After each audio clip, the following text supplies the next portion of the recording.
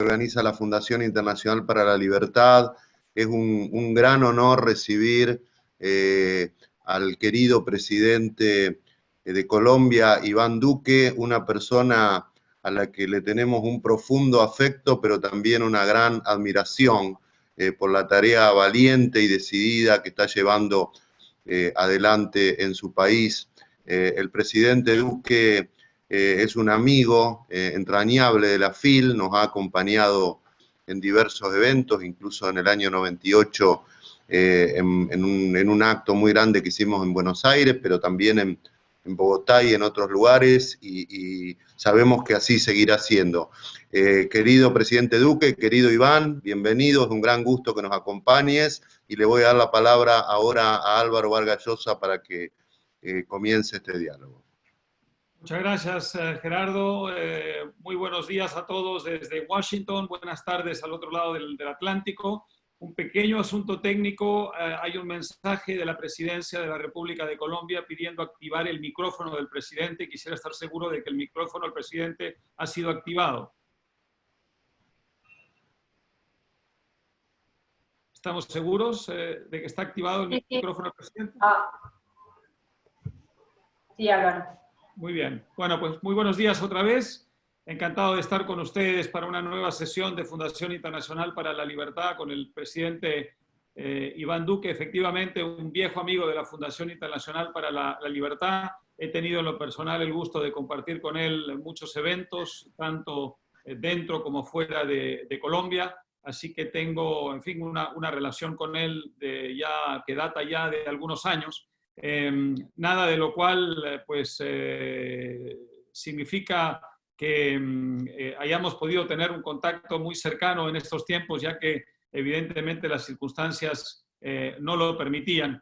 Siempre que pienso en Colombia y recuerdo la campaña electoral que llevó a la presidencia al hoy presidente Duque, me pongo a pensar en que ni en su más terrorífica fantasía pudo imaginar el entonces candidato Iván Duque las adversidades que iba a enfrentar en la presidencia de la República. Jamás se le ocurrió imaginar seguramente y concebir seguramente el tipo de contexto en el que tendría que tomar las difíciles decisiones que tiene que tomar cualquier presidente en circunstancias así, pero sobre todo un presidente de un país como Colombia, habiendo recibido el tipo de legado, de herencia que todos sabemos que recibió. Es un honor, presidente Duque, tenerlo con nosotros. Estamos seguros que esta sesión será de enorme interés para nuestro auditorio, un auditorio muy internacional. Tenemos gente conectada desde América Latina, Estados Unidos y Europa, y todos tremendamente ansiosos de que usted nos hable acerca de los muchos asuntos que despiertan interés alrededor del mundo y que se originan en Colombia. La mecánica, todos ustedes la conocen, es la misma de siempre. Inmediatamente después de presentar a Iván Duque, voy a cederle la palabra para que haga una breve exposición de unos 10 minutos y después entablaré un diálogo con él por el resto de la hora, en el que trataré de incorporar, por supuesto, algunas de las preguntas que ustedes me harán llegar a través del chat. Como siempre, me disculpo de antemano, no será posible canalizar todas las preguntas porque siempre estamos desbordados por la cantidad de preguntas que llegan, pero trataré de ser lo más justo posible. Bueno, el presidente no necesita mayor presentación, todos sabemos que lleva un par de años en la presidencia, le quedan un par de años más, de modo que está más o menos a la mitad de su mandato.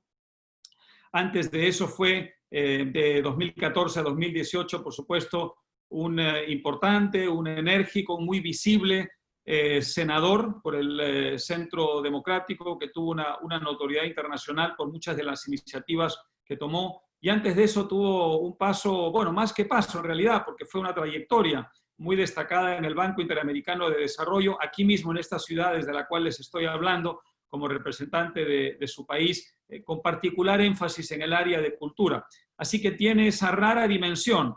Es un hombre que ha leído, es un hombre que se preocupa por la cultura, es una persona, me consta, porque hemos tenido conversaciones alguna vez privadas sobre literatura y sobre temas culturales que desbordan ampliamente el marco de la política. Y yo sé, por ejemplo, porque me ha contado alguna vez que cuando estaba en Washington acudía con mucha frecuencia a una muy famosa librería que hay aquí, que es también un gran centro de discusión cultural, que es Politics and Prose, ahí en la avenida Connecticut.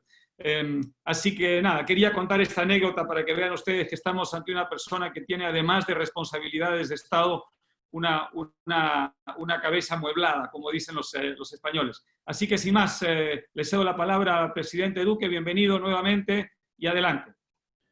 Álvaro, muchísimas gracias. No sabes cuánto te agradezco esas palabras tan generosas y además sea esta la ocasión para reiterarte mi admiración, mi aprecio y también el reconocimiento de esta causa que has tenido de defender la libertad, la democracia, la economía de mercado y también la fraternidad social. Así que un saludo muy especial, también un saludo afectuoso a nuestro buen amigo Gerardo, con quien hemos compartido también en tantas ocasiones, y yo espero que cuando el COVID baje un poco más, los tengamos a ustedes nuevamente en estas tierras. Para mí es un honor, Álvaro, estar hoy acá, y yo quisiera en esta breve introducción, porque lo importante aquí es el diálogo, el intercambio, las preguntas, el debate. Yo quisiera decir qué ha pasado en estos 2 años y hacia dónde va Colombia en los próximos 2 años. Cuando yo hice campaña hacia la presidencia de la República, teníamos varias preocupaciones. Teníamos una crisis migratoria tremenda, más de 1.5 millones de migrantes que estaban en territorio colombiano, huyendo de la tenebrosa dictadura de Nicolás Maduro en Venezuela. Cuando aspiré a la presidencia, estábamos viendo un crecimiento exponencial de los cultivos ilícitos en el país. Veíamos también que las últimas medidas tributarias de los años anteriores habían disuadido muchísimo la inversión, habían de hecho afectado la capacidad dinámica para que la economía creciera lo suficiente. Y obviamente veíamos también con preocupación que en el país cabalgaba también un discurso populista, con muchas personas que en su momento fueron áulicos y promotores de muchas de las ideas que sabemos fracasaron en otras latitudes.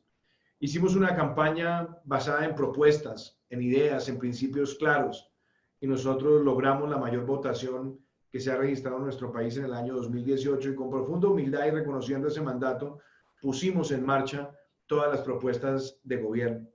Y yo diría que para comienzos de este año 2020, nosotros ya habíamos logrado cosas muy importantes, que la resumo en lo siguiente. Nosotros hablamos de tres pilares: legalidad más emprendimiento igual a equidad, Álvaro. Y cerramos el año 2019 con la tercera tasa más baja de homicidios de los últimos 40 años.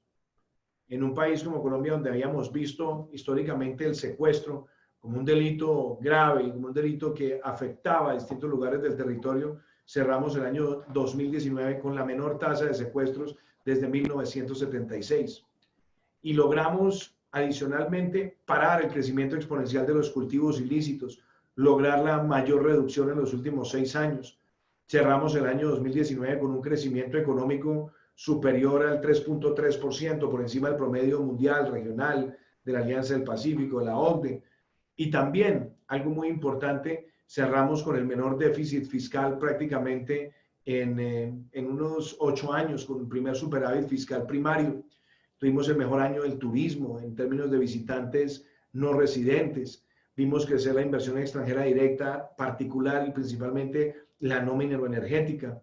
Estábamos en una senda donde empezábamos el año 2020 con un crecimiento en los meses de enero y febrero superior al 4%. Es decir, veníamos completando muchos propósitos, claro, con retos, con imperfecciones que son naturales en nuestras democracias, pero veníamos en una senda donde estábamos cumpliendo muchos de los principios y nuestros postulados, y que además buscaban reducir la carga fiscal para la micro, pequeña, mediana y gran empresa.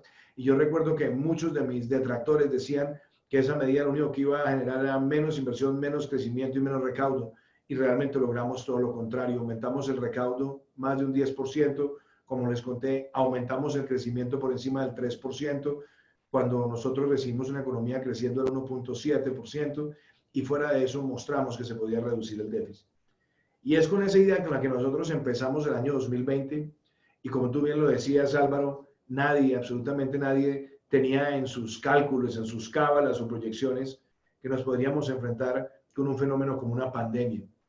Pero yo siempre he creído que a las adversidades también hay que agradecérselas a Dios, y las adversidades hay que valorarlas y hay que enfrentarlas, y siempre con esa palabra maravillosa, que es mi palabra favorita, que es resiliencia, que es convertir la adversidad en la mejor de las oportunidades.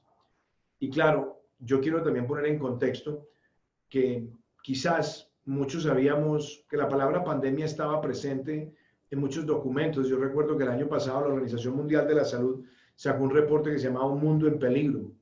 Y ahí, que ese reporte del grupo especial donde estaba Gro Harlem Brundtland, planteaba que el mundo enfrentaría un virus respiratorio agudo que podría convertirse en una pandemia en los próximos años. Se había creado un grupo de trabajo para empezar en septiembre de este año a analizar con el liderazgo de jefes de Estado, pero nos tomó con mucha anticipación.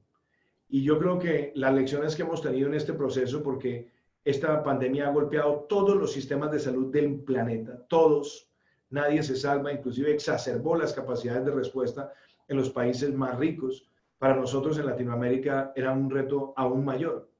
Y nosotros empezamos este ejercicio enfrentando la pandemia con cerca de 5.300 unidades de cuidado intensivo, siendo uno de los países de América Latina con más unidades de cuidado intensivo por millón de habitantes. Y yo quiero contarles a ustedes que en estos 5 meses o 6 meses que llevamos en esta batalla, hemos prácticamente duplicado el número de unidades de cuidado intensivo.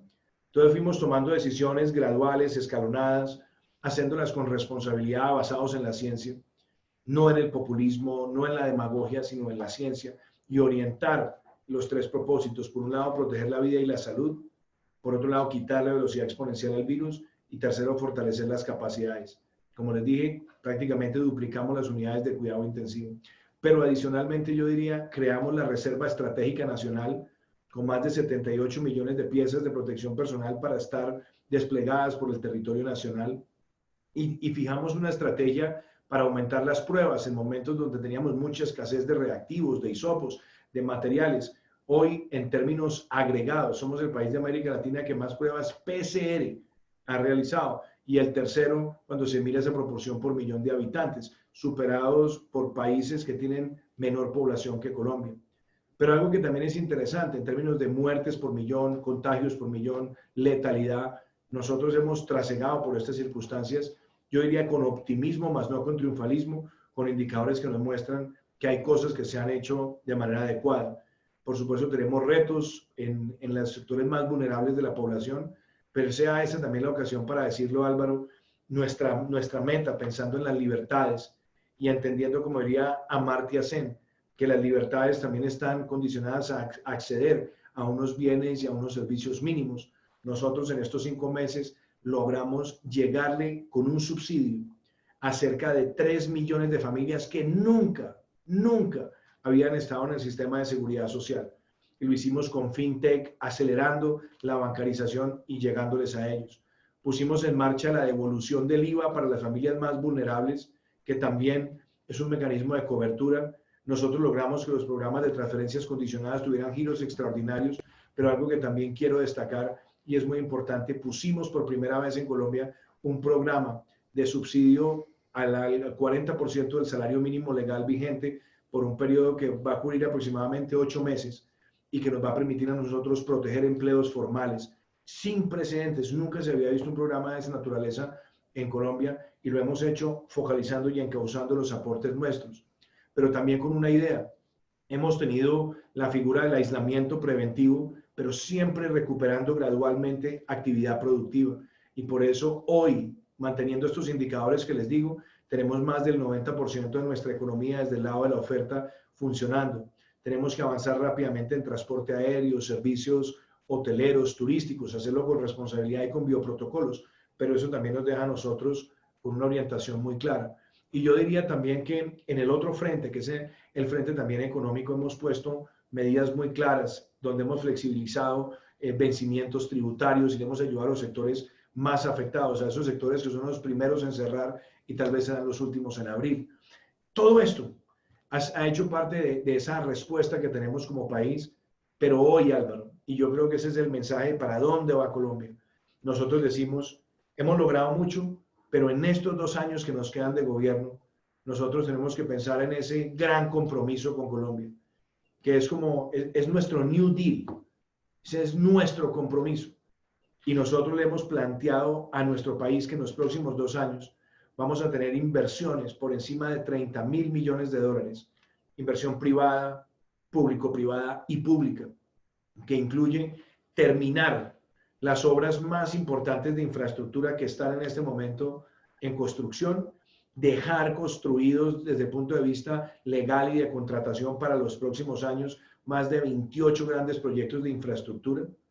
Estamos hablando de la modernización de 4 o 5 aeropuertos del país y la construcción de un aeropuerto nuevo en el eje cafetero. Estamos hablando de puertos de iniciativa privada y le hemos dicho también a Colombia que hay 17 proyectos de transformación digital que esperamos acelerar, y ayer justamente estábamos lanzando una de nuestras grandes apuestas, que son 100.000 programadores formados en los próximos 2 años para que Colombia pueda ser ese hub líder de la cuarta revolución industrial en la región. Y le hemos dicho al país con mucha claridad que ese compromiso, también ese primer compromiso por el empleo, que incluye el sector de vivienda, de vivienda y construcción con valor agregado, va a generar una multiplicidad de inversiones y una multiplicidad de empleos. Y debo decir también que hay otro elemento, que es el compromiso por el crecimiento más limpio. Vamos a hacer la más grande aceleración de proyectos de transformación energética, donde nuestra meta es dejar construidos cerca de 2.500 megavatios de capacidad instalada solar, eólica y geotérmica de aquí a agosto del año 2022. Este año solamente en lo que vamos del gobierno ya hemos multiplicado por 6 veces la capacidad instalada de renovables y tenemos cerca de 400 megas más para instalar en los próximos 5 meses. Mensaje grande también de transformación en lo ambiental. Sembrar 180 millones de árboles, que es la meta de nuestro gobierno. Ya llevamos 36, llegaremos a 50 en el mes de diciembre, involucrando también al sector privado y a los gobiernos locales para que nosotros podamos participar activamente en lo que es el mercado de reducción y captura de CO2.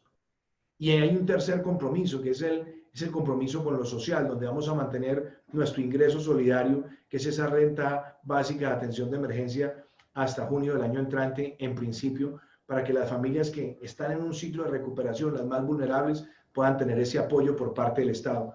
Y con 2 elementos muy importantes. La mayor cobertura en educación la vamos a alcanzar para agosto del 2022 y la vamos a alcanzar con la mayor cobertura de educación pública universitaria para las familias más vulnerables de Colombia. Todo esto dentro de un concepto de aceleración. Y hemos planteado también un compromiso, que es el compromiso por el desarrollo del agro y la paz con legalidad, donde vamos a hacer una actualización del catastro del 60%, vincular pequeños productores en agricultura por contrato, hacer la más grande inversión en vías terciarias que se haya visto en un periodo tan corto de Colombia. Y todo, absolutamente todo conectado, Álvaro, con que Colombia tenga la posibilidad de producir para nosotros mismos, pero también con una gran posibilidad de acceder a nuevos mercados. Ese es el compromiso con Colombia, con esos 4 compromisos: el compromiso con el empleo, con el crecimiento limpio, con los más vulnerables y, por supuesto, el compromiso con el desarrollo rural y la paz con legalidad. Y a eso hay que agregar el elemento transversal, dejar un sistema de salud mucho más fortalecido. Con esto, nuestra meta, con esas más de 30.000 millones de dólares de inversión, queremos generar más de 1 millón de empleos y que esto nos ayude a que nosotros, que tenemos que somatizar esta afectación del año 2020, donde vamos a tener casi todas las economías del mundo una caída, poderla recuperar rápidamente en el 2021 con lo que nosotros llamamos una recuperación en V, donde podamos darle ese factor de aceleración. Y yo quisiera, para terminar mi introducción, Álvaro, decir lo siguiente. Todo esto también lo quiero poner en un contexto regional. Nosotros estamos viviendo una Latinoamérica donde con facilidad aparece el discurso populista, el discurso demagógico, que es el que quiere además aprovecharse de las adversidades de la pandemia para tratar de convertirse en una opción. Y ese es el discurso del pan para hoy, hambre para mañana. Ese es el discurso de los que quieren ahora buscar construir una polémica permanente de lucha de clases. Ese es de los que hoy quieren enemistar al empleador y al trabajador, de los que quieren hablar del fracaso de un supuesto modelo, y ellos lo llaman el modelo neoliberal, cuando en realidad lo que quieren es seguir cabalgando en el discurso fracasado del neosocialismo. Nosotros hoy en América Latina tenemos que ser claros que hay que salir de ese debate anacrónico, pueril, anodino, que además muchos quieren plantear, y nosotros realmente mostrarle a la sociedad latinoamericana que el camino que tenemos tiene que ser un camino de soluciones prácticas, efectivas, y no de agresiones. Que esa tiene que ser la posibilidad de que el discurso de construir y construir cohesionados con el sector privado, con la sociedad civil, es mucho más importante que esa invitación permanente a la destrucción. Y sobre todo, que nosotros entendamos que para enfrentar lo que se viene en el mediano y largo plazo, el pedagogo es mucho más importante que el demagogo, porque el pedagogo le plantea a la sociedad los retos, los desafíos, las responsabilidades de todos, y todos sabemos cuál es el camino a recorrer, mientras que el demagogo lo que trata es de vender ilusiones, generar ansiedades, exacerbar emociones, pero nunca construye ninguna solución viable. Por eso, este compromiso con Colombia, que es un compromiso para todo un país, es el que nosotros queremos poner de presente, porque la mejor manera de salir adelante luego de esta pandemia o durante esta pandemia es una reactivación efectiva de la vida productiva con responsabilidad, mucho más cuando sabemos que no hay vacuna por ahora, que no hay un tratamiento efectivo por ahora y que nadie tiene inmunidad garantizada por ahora. Todo esto es para mandar un mensaje también a esta importante fundación, Álvaro y Gerardo. Ustedes, con mucha valentía, con mucha gallardía, han recorrido América Latina con unos postulados muy claros de defender la libertad y defender el orden. De entender, como lo dice nuestro escudo, que tiene esas dos palabras, libertad y orden, son producto de equilibrios democráticos. Y los equilibrios democráticos es salir del radicalismo y entender que hay una postura clara y diáfana, donde si no hay seguridad y justicia, no hay construcción efectiva de una paz duradera. Si nosotros no logramos conciliar la protección del medio ambiente con el desarrollo empresarial, también fracasamos. Pero sobre todo, donde también necesitamos esa relación fraterna entre el trabajador y el empleador, sin que nadie esté tratando de incubar odios. Y esa es la agenda que nosotros estamos sacando adelante, estamos comprometidos con ella. Y les doy un ejemplo y con esto termino. Yo siempre admiraba, leyendo historias de grandes proyectos de infraestructura, un libro que fue publicado en los Estados Unidos sobre el Golden Gate Bridge, el puente Golden Gate que comunicaba esos distritos de Marín y de Tiburón, fue inaugurado el 27 de mayo de 1937 y no tuvo un solo peso del aporte del Estado.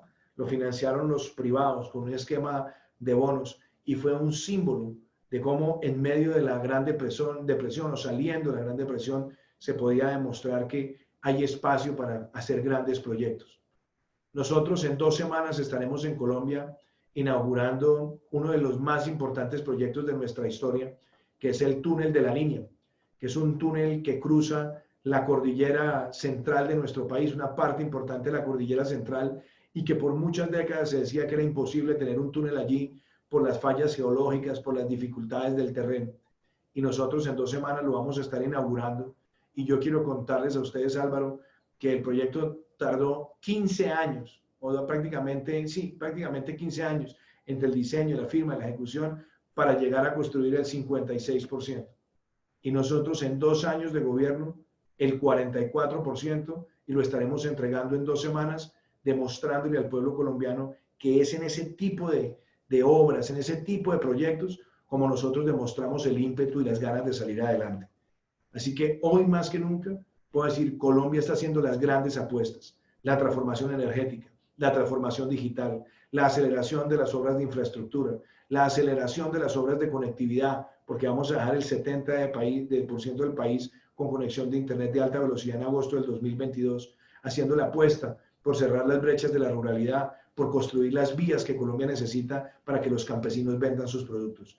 Esa es la Colombia que está en marcha en medio de dificultades y de adversidades como es esta pandemia global, pero está en marcha porque tenemos convicciones claras y nosotros queremos seguir conduciendo este país para que los resultados, para que el compromiso ciudadano permita de manera clara que Colombia tenga una continuidad para seguir fortaleciendo su democracia y que no caiga ni en las tentaciones, ni en las garras, ni en las amenazas de los que han sido y serán siempre áulicos del fallido modelo del socialismo del siglo XXI en América Latina. Muchísimas gracias. Muy bien, muchas gracias, presidente. Bueno, pues ahí con esa introducción tenemos un amplio marco para desarrollar la conversación. Quería ir a lo siguiente. Para realizar gran parte de lo que se está proponiendo se necesita gobernabilidad, se necesita la posibilidad de que usted tenga una base de soporte institucional, parlamentario, que facilite o por lo menos no obstaculice más de lo necesario esa tarea. Y esto se ve desde fuera, por lo menos, muy complicado. Complicado por lo siguiente: su base de soporte parlamentario, el Centro Democrático, es un partido complejo, es un partido con facciones, con pluralidad interior, a veces con disputas internas muy grandes, que se han reflejado en lo que ha sido el respaldo y a veces falta de respaldo a iniciativas suyas. Y del otro lado tiene a partidos que por momentos parecen dispuestos a colaborar, me refiero a los partidos que sustentaron al presidente anterior, el Partido Liberal, el Partido de la U, el propio Cambio Radical de Vargas, partidos que a veces lo respaldan, a veces no lo respaldan, a veces ponen condiciones muy altas para respaldarlo. Y luego del otro lado tiene una izquierda evidentemente muy destructiva, que tiene además dos vertientes, una vertiente parlamentaria, pero también una vertiente extraparlamentaria, que ha tratado de complicar muchísimo las cosas con movilizaciones a veces muy violentas y desestabilizadoras desde fuera de las instituciones democráticas. Entonces, en este escenario sumamente complejo para la gobernabilidad, ¿dónde está su enfoque, presidente? Es decir, ¿cómo construye usted la coalición que le permita realizar parte de lo que usted acaba de proponer? Bueno, muchas gracias por esa pregunta, Álvaro. Y yo empiezo también contando un par de anécdotas. Cuando yo llegué al Senado de la República en el año 2014, yo llegué perteneciendo a la bancada de oposición. Y yo recuerdo que yo estaba diseñando proyectos de ley para presentarlos en el Congreso. Y un parlamentario de la izquierda me dijo: mire, no vaya a perder el tiempo, que no hay ninguna posibilidad de que ustedes de la oposición logren sacar todas esas leyes que quiere sacar. Y con mucha humildad, pero sobre todo teniendo claro que la política se ejerce con la argumentación de las ideas y no en la agresión personal, Álvaro, como senador de oposición logré sacar cerca de 6 leyes de la República adelante y ser ponente de unas 3 o 4 más. Y lo hicimos construyendo con las distintas fuerzas políticas. Y esa fue una de las lecciones que me dejó a mí mi paso por el Congreso. Cuando nosotros miramos qué hemos logrado en estos 2 años de gobierno, yo me atrevo a decir que más del 80 o 90% de los proyectos que nosotros hemos presentado como iniciativa gubernamental han tenido el respaldo del Congreso. Como es obvio, algunos proyectos de pronto no pertrecharon, no salieron adelante. Y uno tiene que recapacitar, analizar, conocer cuáles fueron las razones. Pero hemos logrado sacar una agenda de gobierno muy importante. Yo, por ejemplo, quisiera enumerar algunas. Cuando yo aspiré a la presidencia, dije que quería sacar adelante la cadena perpetua para asesinos y violadores de niños.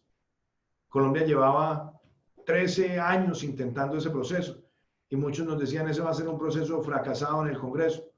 Y no, logramos, con el apoyo de muchas fuerzas políticas de las bancadas de gobierno y las bancadas independientes, sacar adelante esa importante reforma que le llega al corazón de la familia colombiana. También dije que para evitar que se siguieran presentando casos de impunidad, nosotros pudiéramos sacar adelante una reforma constitucional que necesita mayorías calificadas para que ni el narcotráfico ni el secuestro fueran delitos conexos al delito político y por ende no fueran amnistiables. También la sacamos adelante. Hemos sacado adelante la reforma al sector de las tecnologías de la información y las comunicaciones, la reforma al Sistema Nacional de Regalías. Hemos logrado sacar adelante 2 leyes de crecimiento económico.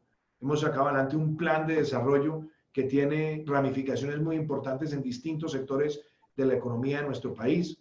Hemos logrado sacar adelante normas de lucha contra la corrupción, como hacer públicas las declaraciones de renta de los altos funcionarios, también hacer públicos los conflictos de interés, establecer los pliegos tipo para las licitaciones públicas.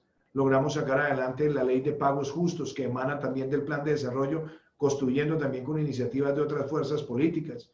Y yo podría seguir enumerando un porcentaje muy importante de normas que hemos sacado adelante. Hemos fracasado en algunas, sí, y eso pues uno tiene que asumirlo y entenderlo, pero hemos fracasado en algunas porque nos dimos cuenta que se estaba desnaturalizando los proyectos que nosotros mismos habíamos presentado y es preferible dejar que esos proyectos mueran a que salgan mal. Y en otros porque no se lograron los consensos suficientes. Y frente a los partidos de gobierno, empecemos por mi partido, por el Partido Centro Democrático. Yo siempre he creído que los partidos en una democracia moderna deben ser deliberantes, deben ser además propicios para el debate de las ideas. No son cíclopes con una visión única del mundo y tienen facciones. Pero yo llegué a la presidencia de la República con un programa de gobierno que derrotó a todas las demás candidatos, gente muy valiosa. Ganamos todas las encuestas al interior del partido y fue con ese programa con el que ganamos la consulta interna abierta, fue con ese programa con el que ganamos la primera y la segunda vuelta con las mayores votaciones que se han registrado en Colombia, y ese es el programa de gobierno que se está cumpliendo. Que hay debates sobre temas, bienvenidos, pero hemos contado casi que con un respaldo al 100% de las iniciativas que hemos presentado, y también como gobierno hemos acompañado iniciativas del partido. Lo propio hemos hecho con el Partido Conservador, lo propio hemos hecho con el partido de la U, hemos también trabajado muy de la mano con el Partido Cambio Radical, y también hemos encontrado afinidad en una multiplicidad de temas con el Partido Liberal Colombiano. Entonces, veo un sentido de seguir construyendo y de construir alternativas. En este momento de pandemia hemos visto aprobar iniciativas muy relevantes en el Congreso de la República y seguiremos trabajando en esa dirección. Y en los temas que tienen que ver con la oposición, yo siempre creo que la oposición y el discurso de oposición ayuda a fortalecer la democracia, siempre y cuando sea un discurso que también traiga propuestas, que no sea una oposición hirsuta, cerrera. Y por eso nosotros en el debate argumental de las ideas estaremos siempre en el Congreso y recorriendo el país para que eso se haga efectivo. Claro que nosotros también tenemos que ser muy frontales en la defensa de nuestras convicciones, y no dejaremos de serlo, y mucho más cuando sabemos que en América Latina hay riesgos graves de que muchas de las personas que condujeron a los países a grandes fracasos, pegados a ese modelo de Hugo Chávez del socialismo del siglo XXI, ahora quieren renovarse y renovar el discurso, pero siguiendo con las mismas viejas prácticas. Yo creo que nosotros no podemos dejar de tener un debate franco sobre las ideas para que esos modelos fracasados no lleguen a gobernar en América Latina. Y bienvenido sea siempre esa controversia, y yo creo que en la defensa de los valores, de la libertad, de la economía de mercado, de atender a los más vulnerables, este gobierno no dejará de hacerlo y no dejará de convocar a quien sea necesario para que también construyamos hacia adelante. Desde el exterior de Colombia, la sensación que uno tiene es que Colombia es el blanco del populismo latinoamericano, que ellos están convencidos de que es el próximo país que tiene que caer en sus garras, y hay un enorme esfuerzo depositado en ese objetivo. Yo le preguntaría lo siguiente. Un libro que publicamos hace muchísimos años, Carlos Alberto Montaner, Primo Polillo Mendoza y yo, el Manual del Perfecto Idiota Latinoamericano, hablábamos de la izquierda vegetariana y de la izquierda carnívora, una izquierda pura y dura y una izquierda más light, que sin embargo en muchos casos era compañera de ruta de la otra y le facilitaba las cosas. Desde fuera se ve en Colombia algo parecido. Hay unas alcaldías muy importantes en Bogotá, en Medellín, en fin, en otras partes, que están en manos de una izquierda que tiene una fuerza local, por lo menos si no nacional, muy importante. Están al mismo tiempo las FARC ya dentro del Congreso. Está este señor Petro. Nadie se explica cómo desde el exterior de Colombia adelante en las encuestas con respecto a otros miembros de la izquierda, siendo él una persona tan vinculada a la izquierda, digamos, pura y dura. ¿Qué le responde usted a ese sector de la comunidad internacional que teme que después de Duque venga el populismo latinoamericano a gobernar Colombia? Pues sin lugar a dudas, Álvaro, Colombia siempre ha sido un objetivo del socialismo del siglo XXI. Para nadie es una mentira que Hugo Chávez muchas veces intentó permear la política colombiana, y lo propio lo ha intentado hacer en repetidas ocasiones de Nicolás Maduro. De hecho, muchos de los ambientes de discusión siempre tenían como propósito poder capturar Colombia con su mensaje, y mucho más cuando tenemos en cuenta que ese movimiento del socialismo del siglo XXI también ha tenido siempre relaciones incestuosas con los movimientos armados en Colombia, con grupos armados ilegales. Esos son temas que no tienen ningún tipo de objeción, así ha sido. Pero también seamos claros que Colombia históricamente ha tenido una estructura democrática que es sólida. Y Colombia, afortunadamente, a lo largo de su historia, por lo menos de su historia reciente, nunca ha caído en las garras de ese fenómeno, de ese populismo, de esa demagogia, que yo inclusive creo que salen mucho más allá de un debate entre derecha e izquierda, Álvaro. siempre te lo dije a ti y a Gerardo, yo siempre me considero una persona de extremo centro, porque además yo creo que uno tiene que tener los principios muy claros, pero salirse de pronto del debate convencional de izquierda y derecha, entre otras cosas, porque más allá de izquierda y derecha, ese modelo del socialismo del siglo XXI para América Latina representó fue ruina. Y ellos hablaban de justicia social y lo que hicieron fue empobrecer más a los pobres, eliminar y aniquilar la riqueza. Hablaban de una sociedad incluyente y lo que terminaron fue destrozando la libertad de prensa, la libertad de poderes independientes, cooptando todas las instancias de poder. Hablaban de la integración en la democracia y terminaron fue persiguiendo a todos sus detractores, capturando el sistema judicial y abusando de la manera más flagrante. Ese modelo también hablaba de generar un ambiente supuesto para las condiciones de inversión y lo que hicieron fue expropiar y espantar la inversión. Entonces yo creo que esa historia es evidente, esa historia está contada, basta con ver la situación que ha vivido Venezuela. La situación de Venezuela es el producto de 20 años de una crónica, de una tragedia anunciada. Y yo lo decía el otro día en un foro, ¿por qué no nos preguntamos, así como se hizo la pregunta John F. Kennedy cuando su padre era embajador en el Reino Unido y escribió ese famoso libro que se llama Why England Slept? ¿Por qué se durmió Inglaterra? ¿En qué momento América Latina se durmió frente a estos fenómenos? Y ahí sí, como diría alguien, el silencio nos hizo cómplices. Porque muchas de esa incubación de las dictocracias después convertidas en dictaduras ocurrió en las narices del continente. Y yo celebro que hoy hay una mejor capacidad de respuesta ideológica, argumentativa frente a estos fenómenos, y lo veo con el fin de UNASUR y el nacimiento de PROSUR, que no es ideológico, pero es la defensa de unos principios de democracia, economía de mercado. Y yo creo que es allí donde nosotros tenemos que seguir demostrando que somos capaces de construir también soluciones sociales con un modelo viable.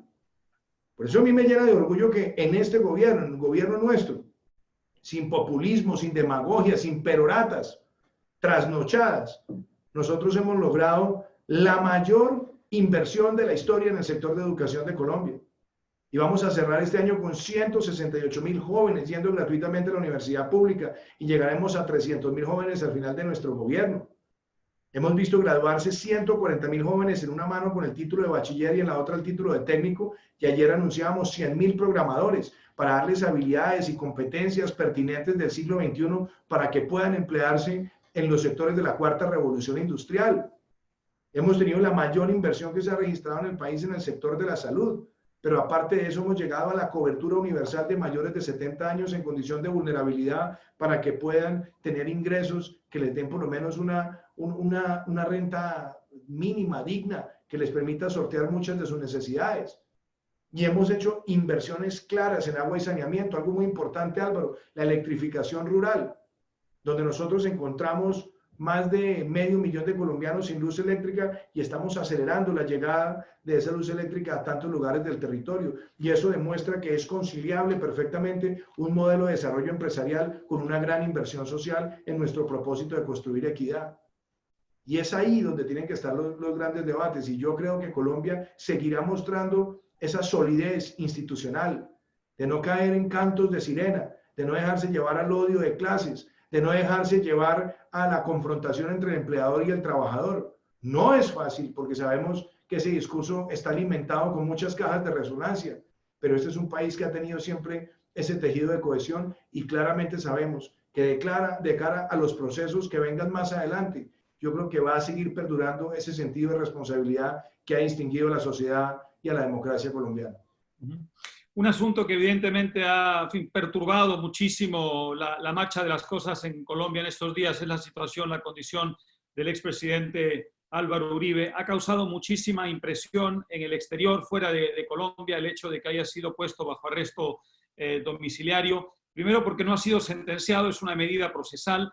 Y mucha gente se pregunta, bueno, ¿cómo es posible que en el mismo país donde gente que puso bombas, que secuestró y que mató esté libre, que mucha gente que se había comprometido bajo los acuerdos de paz a decir toda la verdad y hacer otro tipo de concesiones todavía no ha cumplido con esos compromisos, esté libre? Y sin embargo el presidente Uribe, que es una persona que todavía no ha sido sentenciada por nada, esté en estos momentos en una situación de libertad restringida. y para no hablar, por ejemplo, de casos como el señor Santrich, que en su momento estuvo en manos de la justicia y la justicia prefirió dejarlo escapar, dejarlo salir libre, en contraste con la severidad con la que ha actuado en estos momentos con el presidente Uribe. ¿Cómo le explica usted esto a la opinión pública internacional, presidente? Primero, apreciado Álvaro, yo lo he dicho en repetidas ocasiones, yo tengo que dar un mensaje institucional, pero también puedo dar mi opinión como ciudadano, en libertad, en virtud del artículo 20 de la Constitución de mi país. Y yo vuelvo y lo reitero, yo tuve y he tenido la posibilidad de conocer de cerca, de trabajar con él, de construir una amistad con Álvaro Uribe Vélez, y yo puedo decir que la única palabra que me resume a mí todo lo que he visto en su comportamiento es la palabra honorabilidad. Es una persona que durante más de 40 años se ha entregado al servicio público en Colombia y que en 2 ocasiones ocupó la presidencia de nuestro país, que le permitió a Colombia en un momento muy aciago recuperar la viabilidad como Estado y salir adelante. Y yo creo que una persona que ha tenido esa trayectoria es una persona que en un proceso de esta naturaleza debe poder defenderse en libertad, porque él ha acudido a todos los llamados, producto de las luchas que él libró contra el narcotráfico, contra el terrorismo, contra los regímenes totalitarios de América Latina, ha sido producto de ataques, de injurias, de calumnias, de denuncias, y siempre ha respondido a cualquier llamado que se le ha hecho, y lo ha hecho como es él, con la frente en alto. Entonces, yo vuelvo y reitero ese principio, la defensa en libertad, que es un principio que va de la mano con la presunción de inocencia. Y que además en nuestro país, en efecto, existen las medidas como la medida de aseguramiento, que como tú bien lo dices, es una medida procesal y es una medida preventiva, pero también en Colombia esa medida es excepcionalísima y es para personas que revisten un peligro probado contra la sociedad o personas que su trayectoria delictual puede llevar a afirmar que pueden poner en peligro el curso de un proceso judicial. Una persona que le ha servido al país durante 46 años, que ha sido tal vez el político más escrutado, más esculcado en la historia de nuestro país, pues a mí sencillamente me parece que nos muestra una gran contradicción. Él se debe poder defender en libertad en ejercicio de esa presunción de inocencia. Y yo espero además que siga apelando a todas las medidas que le brinda la Constitución y la ley para que eso sea realidad. Pero además voy a decir algo que tú lo describías muy bien, Álvaro. Yo sé que yo tengo que ser respetuoso de la institucionalidad como siempre lo he sido, pero también como presidente tengo que plantearle a la sociedad esas incongruencias a las que podemos enfrentarnos. Y es que no puede ser que criminales condenados sin haber pagado un solo día de cárcel y que además hoy se defienden, entre comillas, en libertad ante una justicia transicional, pues tengan un tratamiento y que alguien que le ha servido al país no pueda ejercer su defensa en libertad, muestra una gran incoherencia. Y yo creo que ese tipo de situaciones son las que no hoy, las que en los últimos años y las que históricamente han motivado un debate en Colombia sobre una reforma a la justicia. No es solamente un caso, no es este caso, es en realidad un conjunto de circunstancias y situaciones que de múltiples raíces y motivaciones las que llevan a que ese debate se tenga que construir.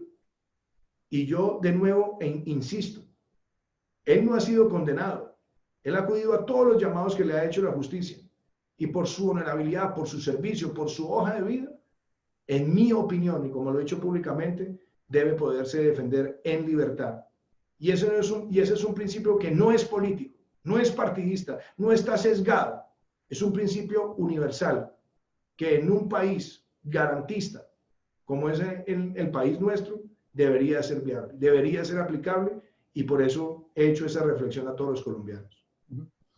Un asunto que creo que es importante abordar porque también está constantemente en la prensa internacional en referencia a Colombia es el de la muerte de líderes locales, líderes a veces llamados de derechos humanos. Sabe usted que este es un tema que toca una sensibilidad muy especial en la opinión pública internacional. Entonces, la pregunta que uno se hace es la siguiente. Hay gente que dice, bueno, esto es una estrategia deliberada desde el propio Estado colombiano para desaparecer a posibles fuentes de oposición en Colombia. Hay gente que dice, no, son unas cuantas manzanas podridas en el ejército que no son representativas de la política del Estado. Hay gente que dice, en realidad no tiene ni siquiera que ver con eso, tiene que ver con toda una herencia histórica, tiene que ver con el hecho además de que hoy, después de los, digamos, golpes durísimos que recibieron las FARC en años recientes, ha habido una especie como de atomización del crimen organizado y ya muchas veces uno no sabe exactamente cuál es la fuente de violencia que está generando todo esto, pero entonces la gente se pregunta, ¿por qué no hace más el Estado colombiano para garantizar esas vidas? Sería muy importante, presidente, creo que aborde usted en este momento este sensible tema de la comunidad internacional. Álvaro, esa es una pregunta que le agradezco y me parece además muy valiosa. Primero, para que nosotros tengamos claro el contexto. Cuando yo me posesioné el 7 de agosto del año 2018 en la Plaza de Bolívar de la ciudad de Bogotá, dije con mucha claridad que veníamos de una situación grave en materia de asesinatos de líderes sociales. En los 2 años anteriores a la llegada a la presidencia nuestra, teníamos cerca de 225 asesinatos que estaban ya en información consolidada de la Organización de Naciones Unidas. Y en este periodo que llevamos de gobierno, claramente tenemos una reducción. Vimos una reducción con el cierre a diciembre de 2019. Obviamente tenemos también incidentes en verificación. Pero yo no celebro esas cifras, Álvaro. Por más de que los hayamos reducido, yo no las celebro porque eso debería ser 0. Pero ¿quién nos está matando? El narcotráfico, la extracción ilegal de minerales. Es que estos asesinatos se han concentrado en municipios donde hay una presencia del narcotráfico y de esas estructuras criminales. Muchas veces me preguntan a mí cuántos líderes sociales hay en Colombia. En Colombia, con la caracterización, las 23 caracterizaciones de Naciones Unidas, podemos tener más de 9 millones de líderes sociales. Porque, por ejemplo, los miembros de lo que se conoce como la acción comunal, en Colombia hay más de 67.000 juntas de acción comunal. Todos los miembros de las juntas de acción comunal son reconocidos bajo la tipología como líderes sociales y estamos hablando de más de 6 millones. Entonces, una protección individual a más de 6 millones de ciudadanos es muy compleja. Nosotros tenemos esquemas de seguridad con la Unidad Nacional de Protección que son alrededor de 8.000, un poco menos. El 60% lo tienen líderes sociales con riesgos reportados. Y nosotros sabemos que el fenómeno se ha presentado en una parte pequeña del territorio, pero ¿dónde están esos negocios? ¿Dónde están las disidencias de las FARC? ¿Dónde está el ELN, el Clan del Golfo, los Caparros, los Pelusos? Muchas de esas estructuras que venimos golpeando. Pero ellos son los responsables de este tipo de circunstancias. Que tenemos que hacer más sin lugar a dudas. Y por eso hemos creado una política que es el Plan de Acción Oportuna para enfrentar ese fenómeno. Por eso lanzamos un marco de política pública. Por eso tenemos además un comité operacional que está monitoreando esos 34 municipios donde está la mayor concentración y donde nosotros tenemos que desmantelar estructuras criminales. En lo que va a nuestro gobierno, más de 115 cabecillas de esas estructuras han sido capturados o dados de baja en operaciones militares. Pero ahí tenemos el reto. Ahora, también es importante que dejemos hipocresía, Salva. ¿Y por qué lo digo? Porque hay muchos que cuando ocurren estos dolorosos y tristes incidentes, salen a cobrar, convirtiendo ese crimen execrable en un discurso en contra del gobierno para tratar de sacar réditos políticos. Pero yo pregunto, ¿por qué los que antes promovieron la impunidad hoy no se indignan de cómo esa impunidad ha generado esas disidencias que están atentando contra muchos de estos líderes sociales en Colombia? Entonces, nuestro mensaje es seguir trabajando para enfrentar esas estructuras.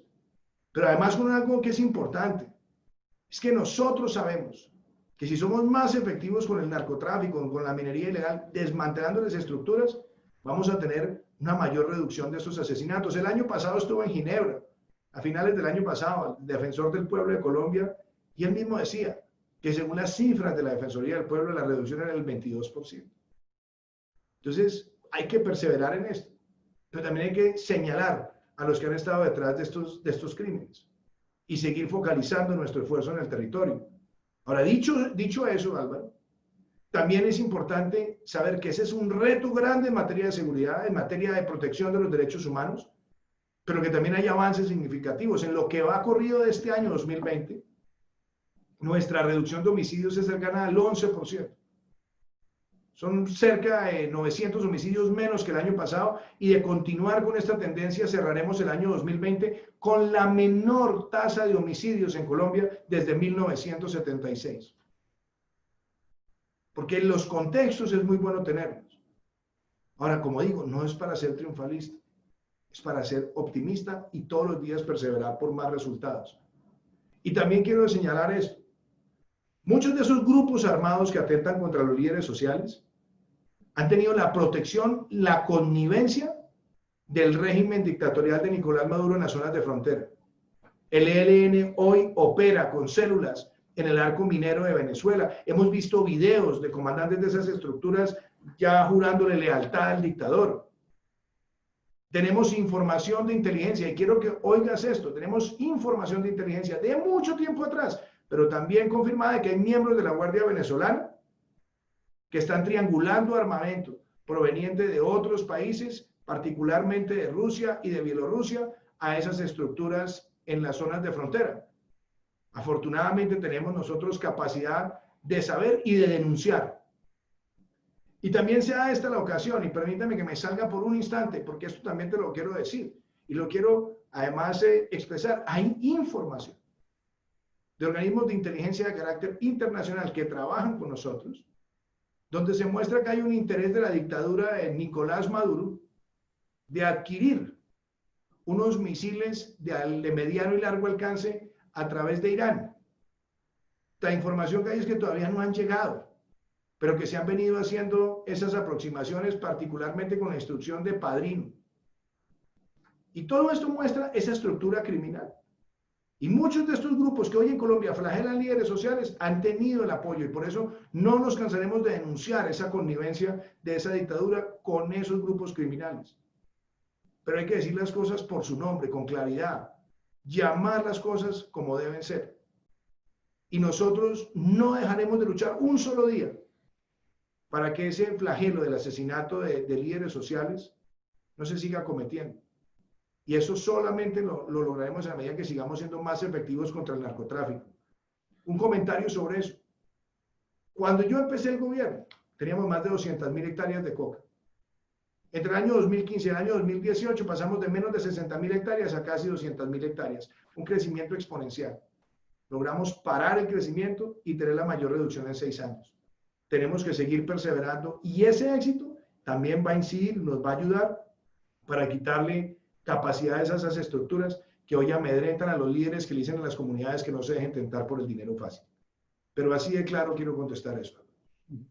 Muy bien, tenemos muchas preguntas sobre la política exterior, tenemos a muchos venezolanos y nicaragüenses conectados, y voy a resumir las muchas preguntas en 2 o 3. José Cordeiro pregunta con respecto al intento de Maduro de llevar a cabo unas elecciones en diciembre, evidentemente para acabar con la Asamblea Nacional y también para despojar a Guaidó de la presidencia interina. ¿Qué responde Colombia a estos intentos? Tenemos también un comentario de María Mulino, que agradece muchísimo el trato que han dado ustedes a los venezolanos y particularmente en su caso a diputados de la Asamblea Nacional que han tenido que cruzar la frontera para proteger su vida. Y Mauricio, de la Resistencia Democrática Nicaragüense, nos pregunta si ustedes tienen información y piensan hacer algo con respecto a los terroristas de las FARC que aparentemente estarían también refugiados en Nicaragua.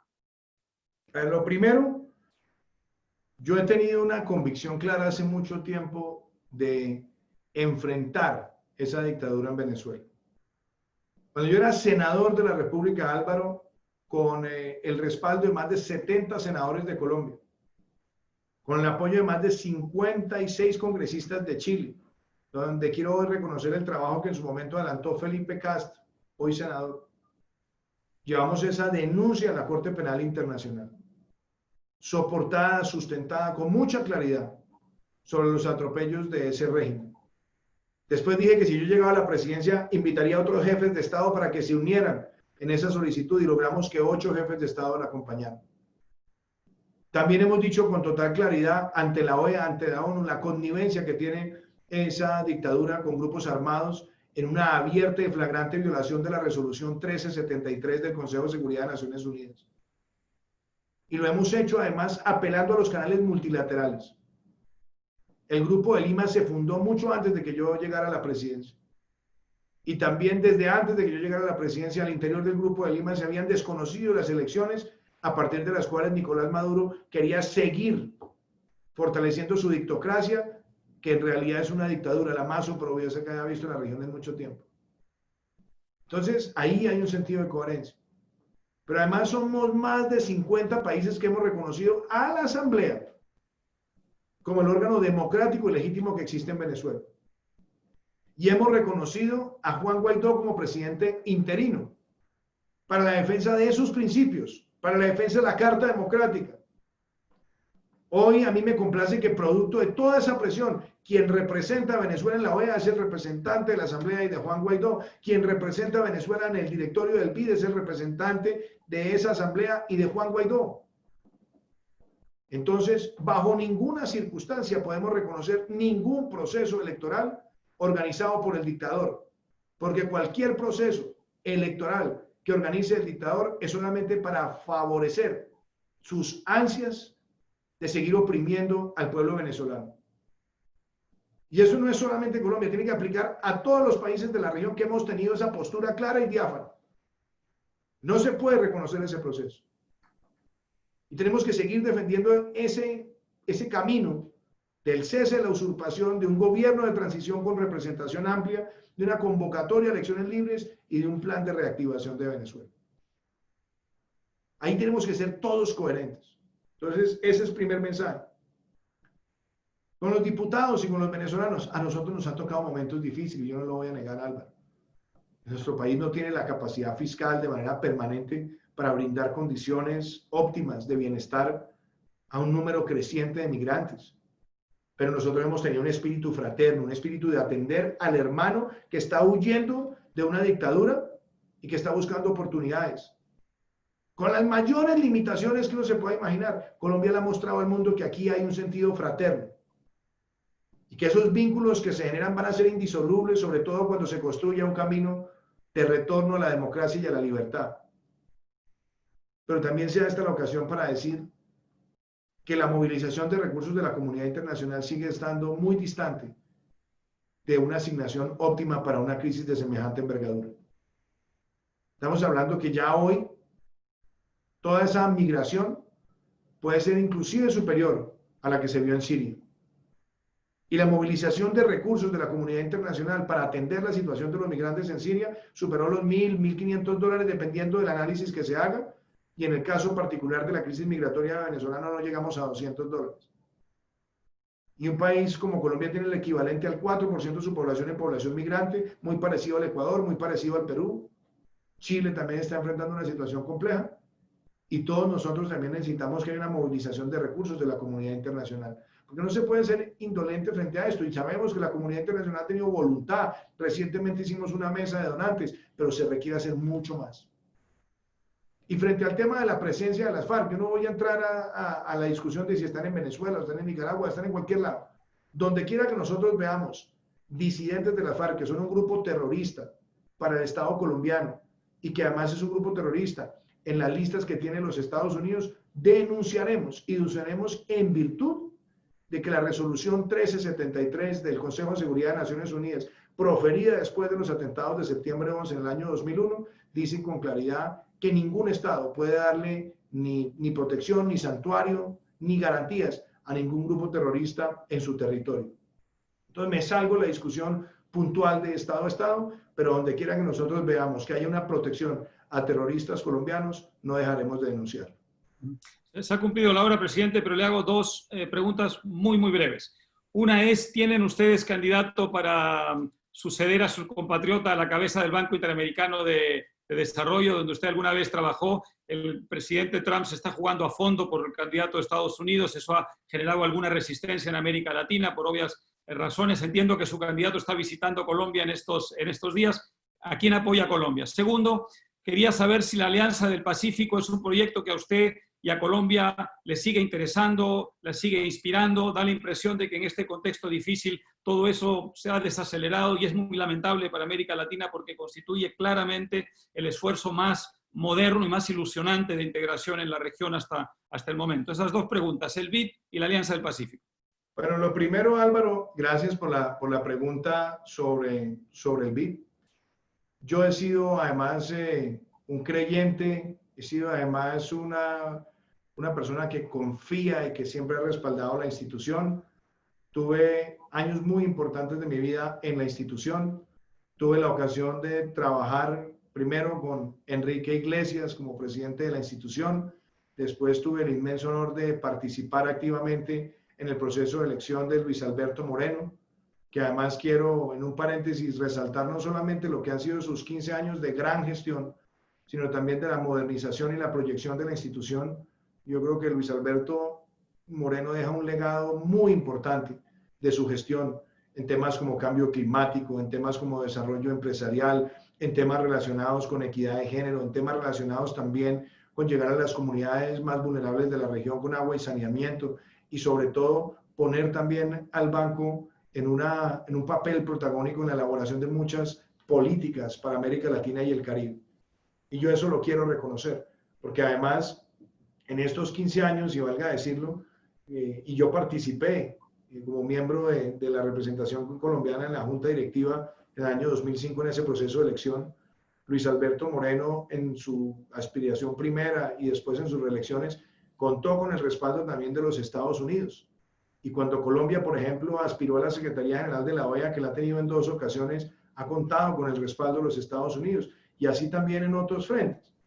¿Y por qué pongo eso de presente? Porque hoy en día no existe en el convenio constitutivo del banco ninguna prohibición para que ningún país miembro presente un candidato. ¿Que hay un acuerdo político implícito aquí, allá? Sí, pero esos acuerdos políticos en aras del fortalecimiento de las instituciones también se pueden renovar sin tabúes. Entonces no existe ahí ninguna prohibición explícita. Y la segunda, si nosotros hemos contado también con ese respaldo en el pasado, pues el principio de reciprocidad es importante, sobre todo cuando vemos que más allá de la persona hay una agenda.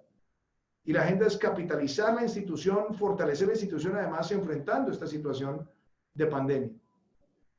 Y nosotros hemos dicho, ahí vamos a respaldar al candidato que presentó los Estados Unidos. Hemos dicho públicamente. Y hemos dicho públicamente por qué nos parece que debemos acompañar esa candidatura. Y también tengo inmenso respeto por los otros candidatos.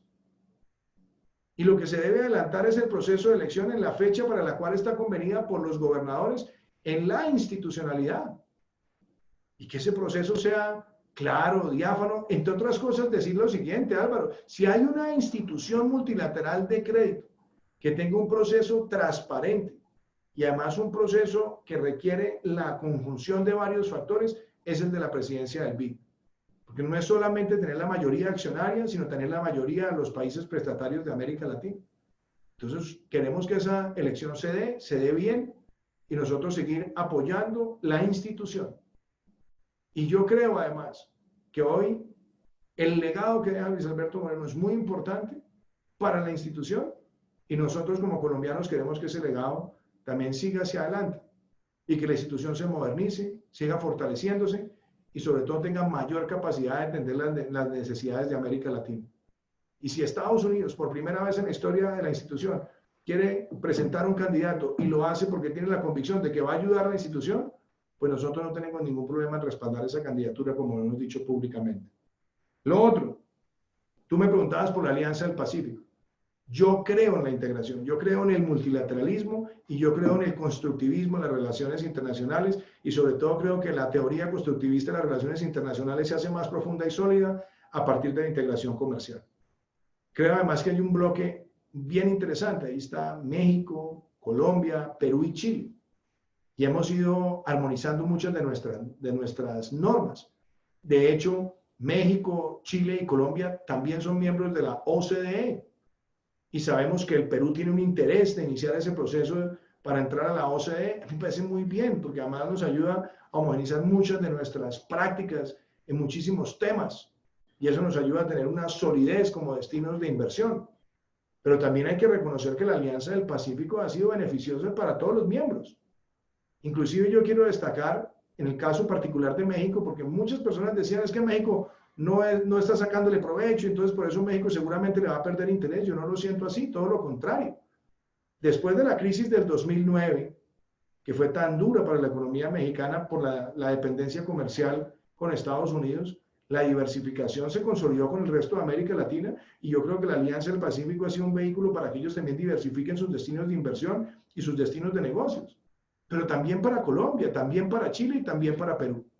Yo asumiré la presidencia pro tempore de la Alianza del Pacífico a finalizar este año y la meta que tengo es fortalecer la alianza y fortalecer los mecanismos instrumentales de la alianza y promover también el mercado de integración latinoamericano en materia de mercado de valores, que es el MILA, que es un proceso fundamental, necesario. Y también, Álvaro, aprovecho para decirlo, porque lo planteamos ya con el presidente Vizcarra, con el presidente Piñera, lo hablamos en su momento con el canciller Ebrard, hay un interés claro del Ecuador de vincularse a la Alianza del Pacífico y nosotros queremos acelerar la entrada del Ecuador a la Alianza del Pacífico porque es un mensaje también de fortaleza. Entonces yo creo que ahí también hay un deseo grande de que este bloque sea cada vez más fuerte y tenga más comercio intrarregional. Porque con esto cierro, uno de los grandes pecados que tenemos en América Latina es que el comercio intrarregional como porcentaje del comercio total es muy bajo. Estamos muy por debajo de Europa, muy por debajo de Norteamérica, muy por debajo de Asia. Y yo creo que este tipo de bloques son la gran oportunidad para que ese comercio intrarregional crezca, genere además una positiva interdependencia y sobre todo nos permita a nosotros como países jugar un papel decisivo en las cadenas agregadas de valor. Muy bien, le agradezco muchísimo, Iván, presidente, esta deferencia que ha tenido con nosotros para poder, en fin, oír de su propia voz muchas de las cosas que a nosotros nos preocupaban desde fuera de Colombia, un país por el que tenemos, como sabe usted, un inmenso cariño, aprecio y al que le deseamos lo mejor. Espero que esta sea la primera de muchas conversaciones. Suerte y éxitos. Muchísimas gracias, Álvaro, querido. Ha sido un placer estar contigo hoy. De nuevo, mi admiración, mi aprecio, mi amistad. Lo mismo para Gerardo. Y espero no muy lejos tenerlos aquí nuevamente en nuestra tierra. Que les va muy bien y muchas gracias. Cómo no. Hasta pronto.